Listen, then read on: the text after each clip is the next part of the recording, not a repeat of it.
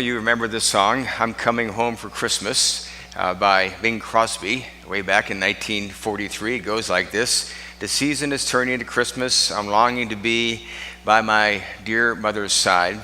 So I'm coming home for Christmas to be with my family and loved ones dear.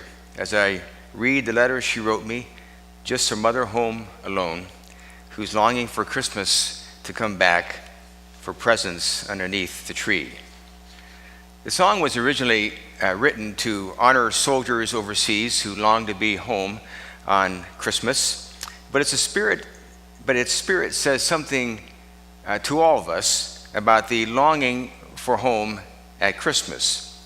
And we know that not everybody, of course, makes it home during this beautiful time of the year. We know it's important, of course, to alternate with the other side of the family when it comes to special holidays. So consequently, the road doesn't always lead home for Christmas, and there are additional circumstances that stand in the way of reunions of families on this occasion of Christ's birth. Our committed and dedicated military members, for instance, whose assignments take them far from home at this sacred and special time of the year, and other conditions for many of us that stand in the way of the road to home. When I was in college, I mentioned years ago, there were times that I hitchhiked home at Christmas. It was then when hitchhiking was safe and you might say socially acceptable. When my dad was going to the same college, he and his twin brother would do the same thing, all the way from Pittsburgh, Pennsylvania to Monmouth, Illinois. So he relished the idea of me having a similar experience. Now, I look back at it, it was a pretty crazy thing to do, but it was definitely a challenge. It was a 500-mile trip from western Illinois to a suburb in Detroit. I remember the weather being cold, windy, snowy around December 21st to 22nd, when finals were usually over and everybody was packing up and heading for home. If I was lucky, I would get a ride that took me a third or perhaps half the distance, but there would be times where it would only be 50 miles or so before I would get dropped off and the whole process had to start over again. It normally took 12 to 14 hours traveling in this fashion with the generosity of truck drivers and young couples and students, traveling salesmen, retired couples traveling to their grandchildren's homes, some interesting characters, to say the least, all giving me rides home at some point during the journey on Interstates 80 and 94. And although the road home seemed to take forever, the road home stayed the same because of what was at the other end, the joy and the embrace of family. As one commercial said, times change, but the road home stays the same. Now, Christmas brings us home not only to renew the love and comfort of family, but to also renew the values that we know this season to be all about. We know there's hardly any greater comfort than the love and familiarity of family. We know there's hardly any greater challenge than to live out the love and peace of Christmas, which includes under its umbrella the acceptance and understanding of others, as Christ has accepted and loved us, no matter the station or the circumstances in which we find ourselves. In a world where the only constant is change, the road home to the values we embrace never change. Christmas reminds us of this. Governor John Kasich wrote in his recent book that in a world where everything is changing, the Judeo-Christian values that reside at the nation's core should not be changed. Everything is not up for review or discussion or reinterpretation. Our principles are our principles, and we must hold fast to them as a society because without them, we are lost. I'm reminded of this in memory of a man in one of the former churches I served in St. Paul, Minnesota. He was a retired dentist who lived in Rochester, Minnesota, yet he would drive by himself every Sunday 80 miles one way to attend worship at his church. Sort of like driving from Lawrence to Manhattan every Sunday morning for church. Floyd would climb into his Datsun 280Z, and he would make the weekly trip to church up US Highway 52 in Minnesota. His explanation for the almost 90-minute commute to church can be described in these terms. This is my church home. These are my church friends. These are my values. In Floyd's case, the road home to his spiritual home stayed the same.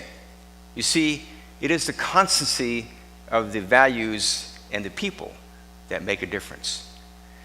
In addition, we are reminded of this in many ways when we see or hear about acts of courage, about acts of sacrifice, about acts of love that capture the tradition of the values which we hold close to our hearts, especially in this season of Christmas. Author and psychiatrist Scott Peck, who didn't become a Christian until he was baptized at age 43, and who believed that when one finally embraces the fact that life is difficult, then life actually becomes less difficult. And the problems can be addressed only through self-discipline and personal responsibility. He wrote about love in his well-known book, The Road Less Traveled. He said about love, when we love someone, our love becomes demonstrable or real only through our exertion, through the fact that for that someone, we take an extra step or we walk an extra mile. Love, he said, is not effortless. To the contrary, love is effortful. And so it is that the road home that always stays the same teaches along its journey that the love of God and the love of others is the key to fulfillment. As the Apostle Paul writes in 1 Corinthians, if I have all faith so as to remove mountains, but I have not love, I am nothing. And a dramatic example of this, Holocaust survivor Viktor Frankl wrote, we who lived in concentration camps, we who lived there, remember the men who walked through the huts comforting others. Remember the men who gave away their last piece of bread.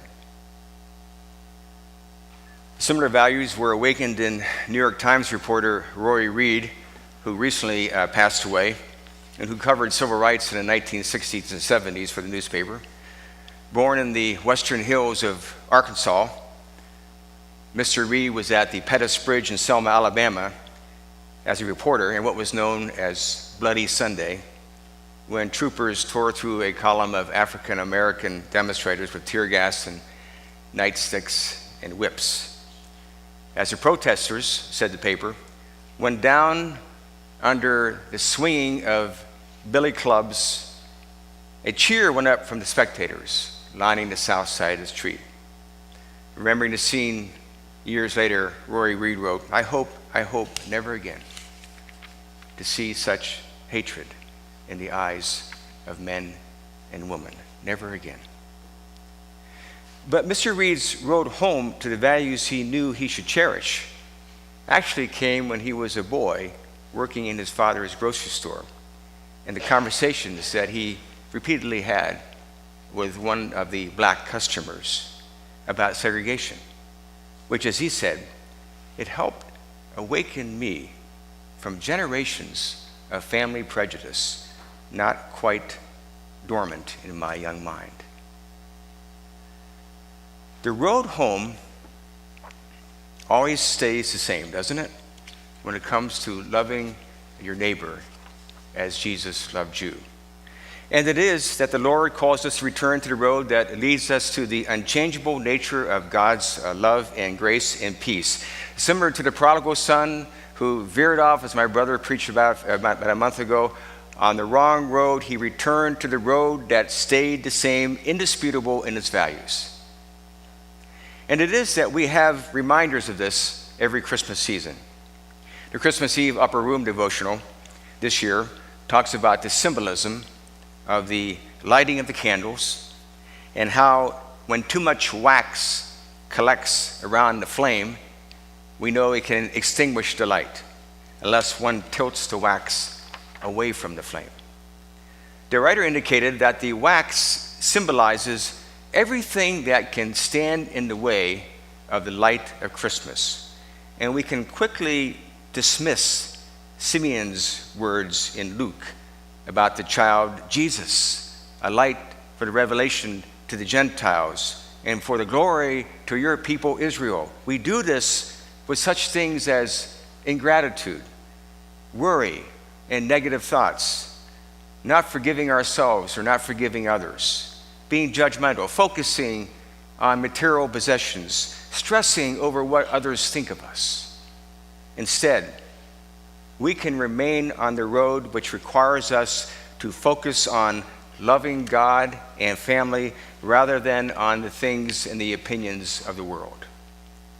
Some of you remember 8 years ago in 2009, on Christmas Eve, we had quite a significant snowfall in Manhattan, between about 9 to 10 inches. And we decided not to cancel our services, and we proceeded with our 7 o'clock and 10 o'clock service times. I mentioned before, I believe someone had made a comment that perhaps we should have hired a pastor from Florida instead of Michigan. The services surely would have been canceled then. But I remember how important it was for me, personally, to try to make it home between those two services so I could have dinner with the family, even though the driving was becoming more and more treacherous as the night went on. The kids were home. The warmth of the fireplace awaited. The smells of Christmas permeated the house. And most importantly, the road home was all that mattered, no matter how much snow was coming down.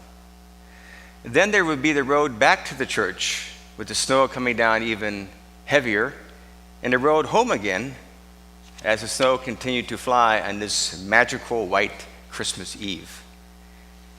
It is a memory that wonderfully and warmly stands out in my mind. The road through the snow to celebrate the love of family. The road through the snow again to celebrate the birth of our Lord. The beauty of Christmas. We know that things, don't we? We know that they always change. But the road home always stays the same.